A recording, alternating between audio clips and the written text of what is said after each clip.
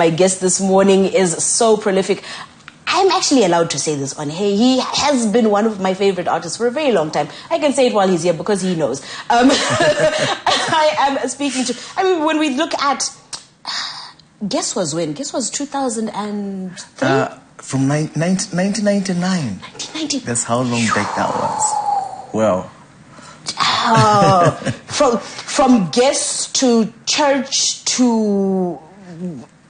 Kuchina. Now it's called Kuchina. Kuchina, yes. Kuchina. To Kuchina. So many things that you've brought for us, Alexio. Good morning. Good morning to you too. How are you? I am very well, thank you. good to see you. We were just chatting before we got on there, like a lot has happened in our lives. A lot has happened. Yes, and just even that timeline in itself, a lot has happened. Exactly. Tell me something. Yes. We first became aware of Alexio Kawara as part of Guess. Yes. But you have a little bit of history before that. Musically, you mean? Or okay. Musically, I started music. Okay, I think, let me rephrase that. You don't really start music. You don't start music. You don't start music because music has already been there. Yeah. But I think I started maybe taking an interest when I went to Mazoe High School because we had a brass band, and Mazoe being a Salvation Army school, they have music at their school. So we formed a band called Black by Nature, and it was one of the Zionai Masango. Yes. He's now based in the US, and Watson Chimombe is now in Cape Town. And then we were doing performances at school, you know, getting all the props. And I won some variety shows. The what do you call those vinyl singles? Yes. Yes, I remember one of them was the Three Musketeers. Well, if you're feeling lonely, girl, you know that I never want. Please forgive me. Yeah. That song, I won that, and then. So it was something that I was just interested in, you know, musically. And then after that, I went to Vainona High School. Vainona High School, we also had a group, and I was also in the Scripture Union, and would perform there on assembly. And Vainona was now a mixed school, so we had girls there. Yes, and so you became the guy. You know, yeah. But you know what? I actually just had an interest in music. Unfortunately, I didn't get to then go to the College of Music or anything of that sort. But music was something that I was passionate about without even knowing that I was passionate about it. And then when I got the first opportunity to then record, we did a play called West Side Story at Reps Theatre. And then it was a musical play. So I met a lot of aspiring musicians there.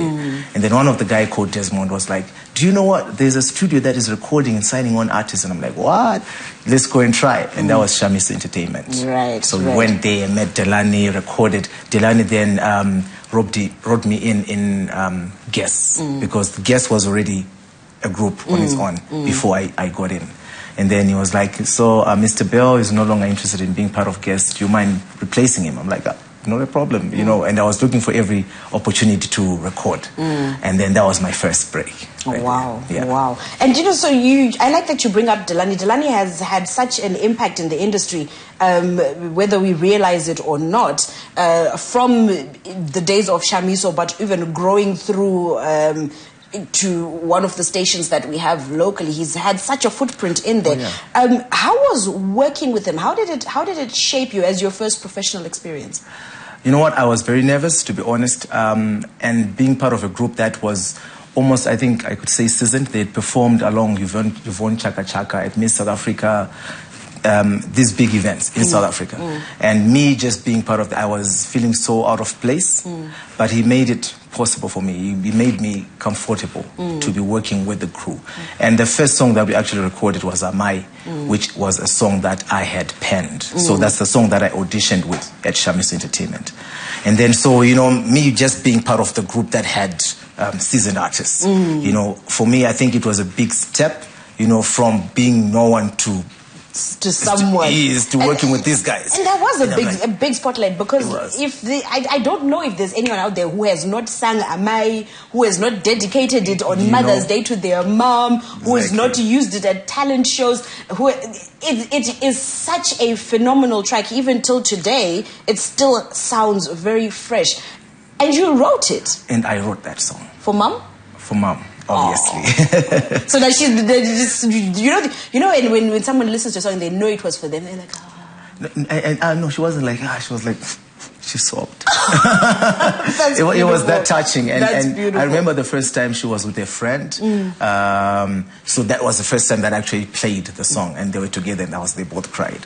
And I'm like, wow. So, you know, for me, I was like, I think I said something right in the song. And hearing it for the first time on radio? Wow, the experience, you know, you'd be like, I was actually in a combi, you know, and I'm thinking, do these people actually know I'm part of this song? Yeah.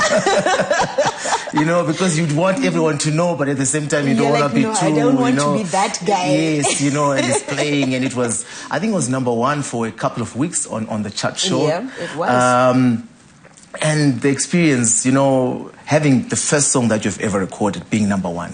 And then I remember that year, the top 100. It was #3 on the top 100. Wow. Yes, on the, I think that was Radio 3 back then. Yeah. You know, so I'm thinking, you know, I must be doing something right. I am where I belong, and you feel at home in the music industry. Yeah. What did that do for your confidence? It's at some point I think it overblown, like my confidence overblew rather. And then I had to be toned down. Yes, I had to be toned down. As you get used to the industry, you realize that it's work. You know, it's a job that you just have to do. But at some point, it might overtake you, and you become too proud. But it's only a gift that God gave you. So, yeah. Speaking of becoming too proud, I think from the time that I've known you, you've been one of the easiest people to approach as an artist. Is that just who you are? Why is it that way? And believe me, I think there are actually battles that people go through within themselves, and I would not want to say I'm the one, you know, like I'm able to be humble, because I had to fight that. You have to fight pride, you know. I have some incidents where I actually believe that I was too proud. Maybe I actually missed some opportunities because of being too proud. But then if you then stay in the industry, you realize that, like I said, it's a talent. You were given a talent, just like any other person was given a talent. Man. So, yeah. There's too much that I want to get through with you, but we're almost out of time. Right. Very quickly, this new phase that you're in. I mean, you did start Kuchina, and then you stopped for a bit, and now you're back. Oh, yes. What drives you to keep? Look, yes, I have times when I need to take a break, but I will keep coming back. What keeps you moving? Well, I took a break because I really needed to find myself. Actually, God found me, and I had to be grounded. You know, there's sometimes when you actually get overboard because you're too excited about what's going on, and fame is not a good thing if not managed well. So I had to take a break, you know, work on myself spiritually. I'm a Christian now. So now I believe that I have ground, you know, I'm grounded now, and I can safely come back and still maintain my relationship with God. So Kuchina reunion is back, but it's not as I used to, because I used to do it every Thursday. So now it's here and there, you know, because I know people have been asking for music, and these are the people that I actually sing for. And I believe my music has a message for them. So I would still want to say something to the people. And that's the best way that I believe people can hear me. Yeah. I love that. Tell us about tonight. Tonight we have a show called Kuchina Reunion in Milton Park, Zimbabwe German Society.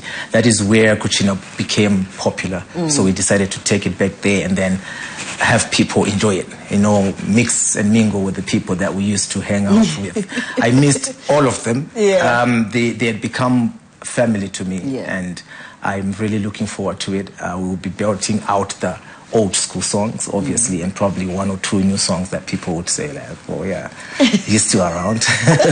Alexio, welcome back. Please don't leave us hanging again. We truly did miss you, and it's amazing to see you back. Thank you very much. We'll see you tonight, Zimbabwe German Society Kuchina Reunion. If you miss it, oh well, me, I'll be there. I don't know where the rest of you are.